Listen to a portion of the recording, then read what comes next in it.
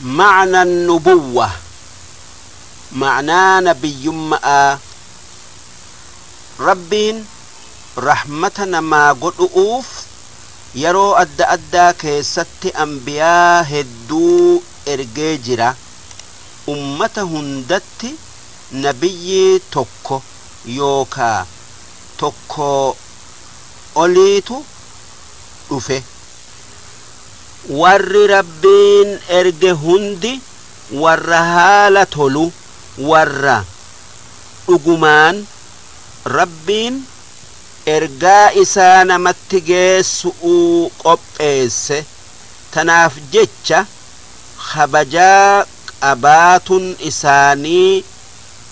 أمانا جبيس إساني أروتي تيون إساني وان شكين قبنه إسان شبوهن درا تيفمو إسان هير ربي هنج أبسن واني شبو فكاتو كان إسان الرا أرقمه سورآت أكسي ملي كيسي أكسيمتي إسان يوسن الرا أرقمه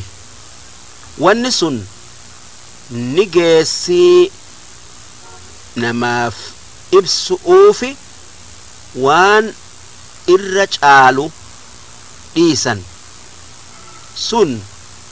دلي هنجأمو ربين أنبياء إرجون أكسمئي في دتشي ربي في نمجدو والقنمين سجرو بيسس كن ونن بيسسو أكنمني أجيل شو قبلو أكا تلتون هدون نما كيسا رخطي جرتو كان ملئس أتي هاجمتو واني أنبيوني إرجموف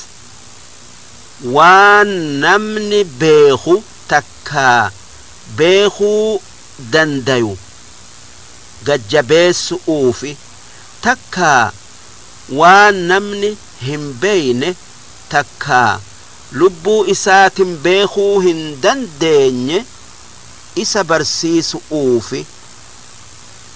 أنبياء إرجون أكا نما غرغارني كرا ربي نمك أجيلشن قد أوفي أكا وان غاري دلقي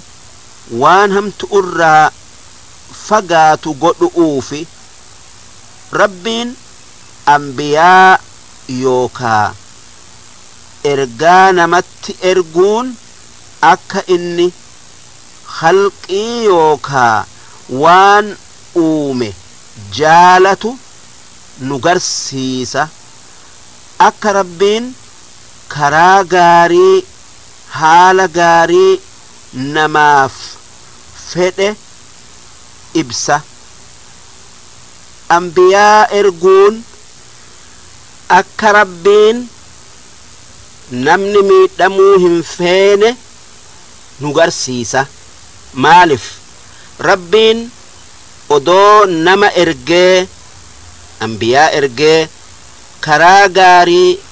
haala gaarii adda namaaf hin baafne nama hin qixaaxu yookaa hin yakku rabbiin dura karaa anbiyaa erguudhatiin dinniina namaa kenna duuba yoo namni kun takka namni sun haqa arguu dide gaafas ni yakka yookaa ni qixaaxa kun akka rabbiin rahmata namaaf godhu mul'isa akkuma namni eegaa rabbiin akkatti isa qajeelchee dalagaa isarraa fuula rabbii duratti gaafatamuu haqa godhatuu beeysisu ambiyaa takka ambiyoota